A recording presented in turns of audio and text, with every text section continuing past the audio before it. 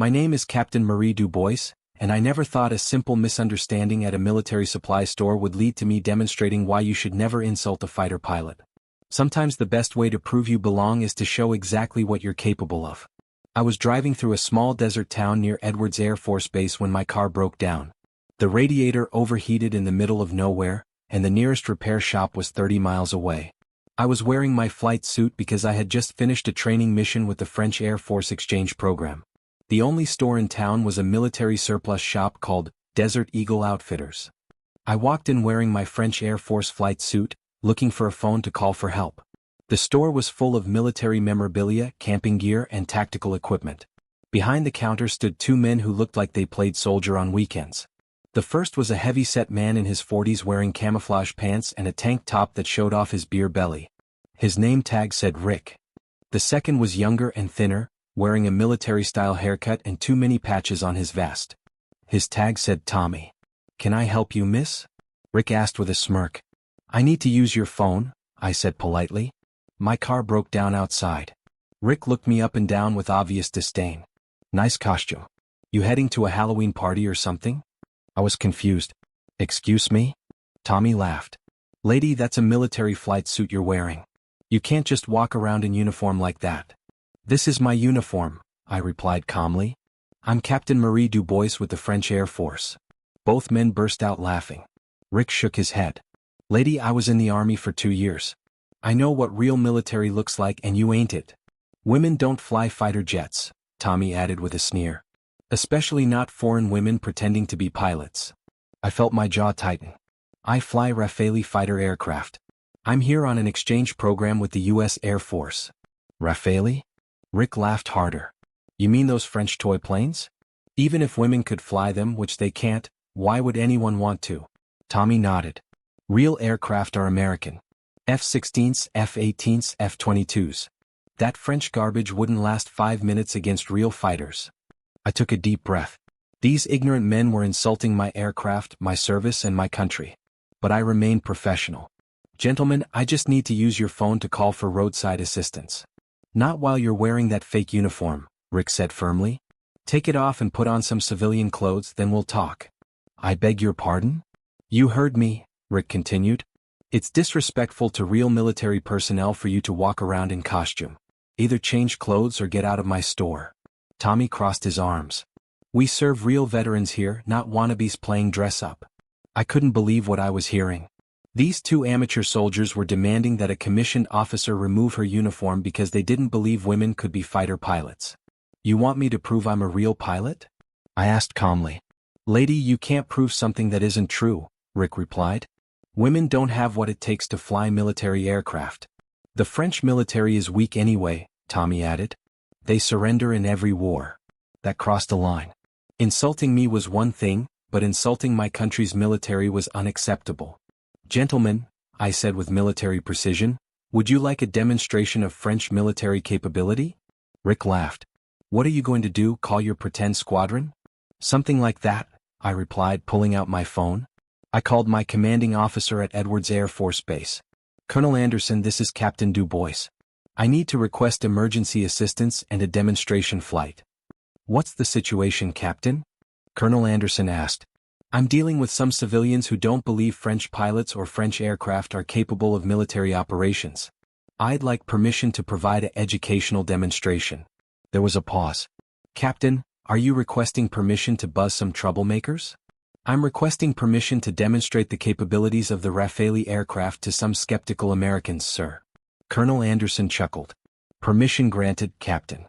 Show them what the French Air Force can do." Rick and Tommy were still laughing when I finished my call. "Did you just call your imaginary friends?" Tommy asked mockingly. "I called my squadron," I replied. "You'll have your demonstration in 1 hour." "Demonstration of what?" Rick demanded. "You said women can't fly fighter jets and French aircraft are inferior. I'm going to prove you wrong on both counts." Tommy shook his head. "Lady, you're delusional. Even if you were a real pilot, which you're not, you can't just call in airstrikes on civilians." "Not an airstrike," I said with a smile. "Just a flyover. A very low, very fast, very loud flyover." Rick was getting angry. "You're wasting our time with this fantasy nonsense. Take off that uniform or get out." In 1 hour, gentlemen, you'll see exactly what this uniform represents. I walked outside to wait for my ride back to base. My squadron commander was sending a vehicle to pick me up so I could prepare for the demonstration flight. Rick and Tommy followed me outside, still mocking my claims. "You're crazy, lady," Rick called out. "There's no way you're flying anything except maybe a shopping cart." "We'll see," I replied calmly. 50 minutes later, I was strapped into the cockpit of my Rafael fighter jet at Edwards Air Force Base. The aircraft was armed with training ordnance and configured for a low-level demonstration flight. "Desert Eagle Outfitters, this is Falcon 1 requesting permission for flyover demonstration," I radioed to Colonel Anderson, who was coordinating the exercise. "Falcon 1, you are cleared for demonstration flyover.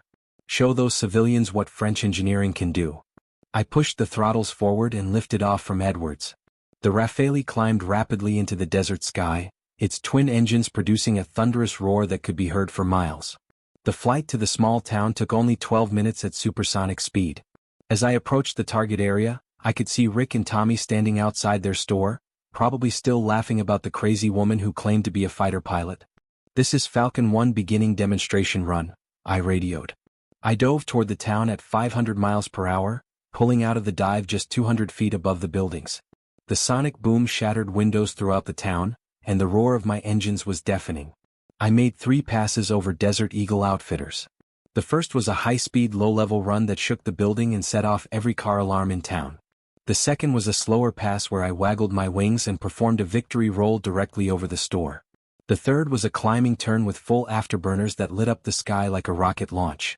Through my canopy, I could see Rick and Tommy standing in the parking lot with their mouths hanging open.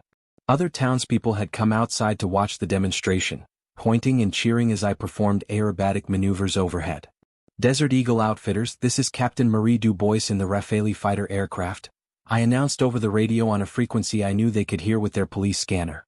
"I believe you gentlemen had some questions about women flying fighter jets."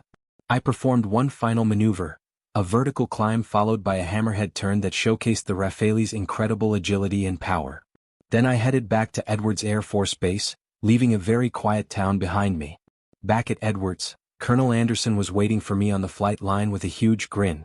"Captain Dubois, I take it your demonstration was successful?"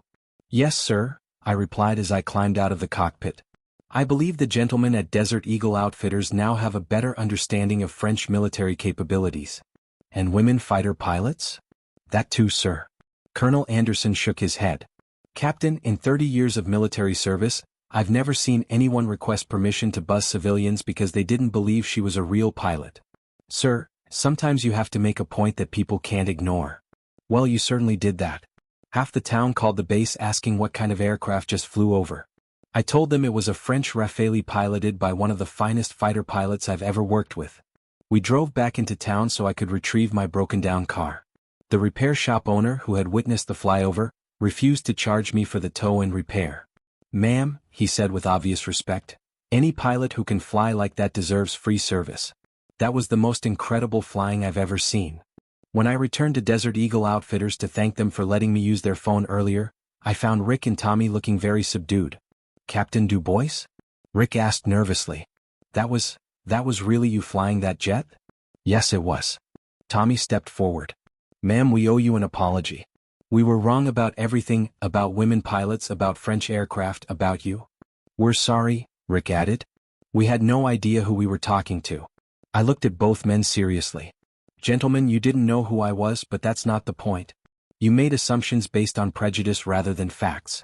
You assumed women couldn't be fighter pilots and that French military equipment was inferior." "You're right," Rick admitted. "We were ignorant and disrespectful. I hope you learned something today," I continued. "Never judge someone's capabilities based on their gender or nationality.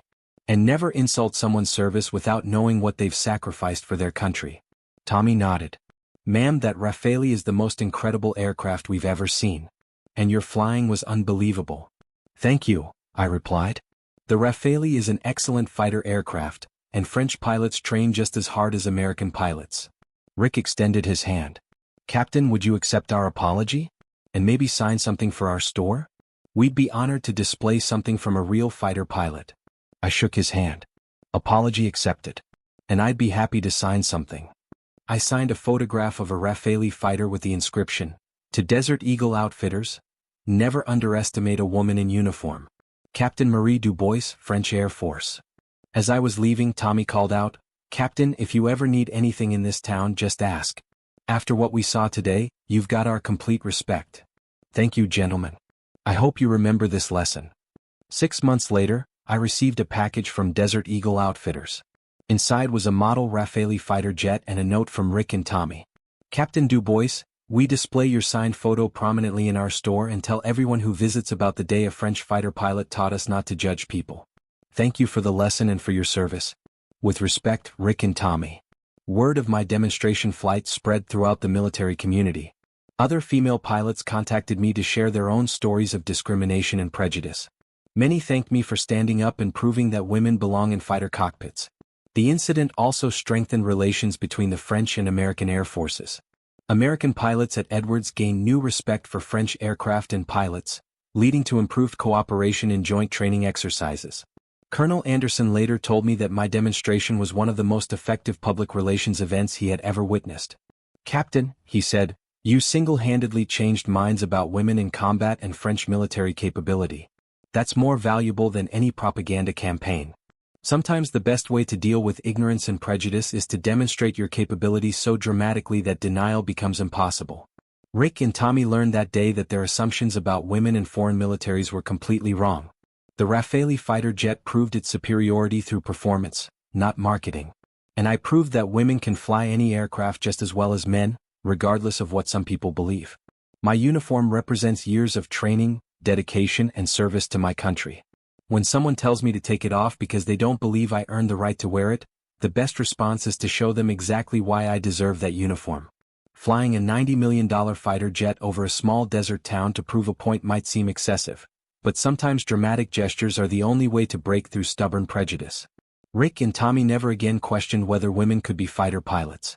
And they became strong advocates for respecting military service regardless of gender or nationality. The simple woman they told to remove her uniform turned out to be one of the most skilled fighter pilots in the French Air Force. Their lesson came at 500 miles per hour and 200 feet above ground level, a lesson they'll never forget.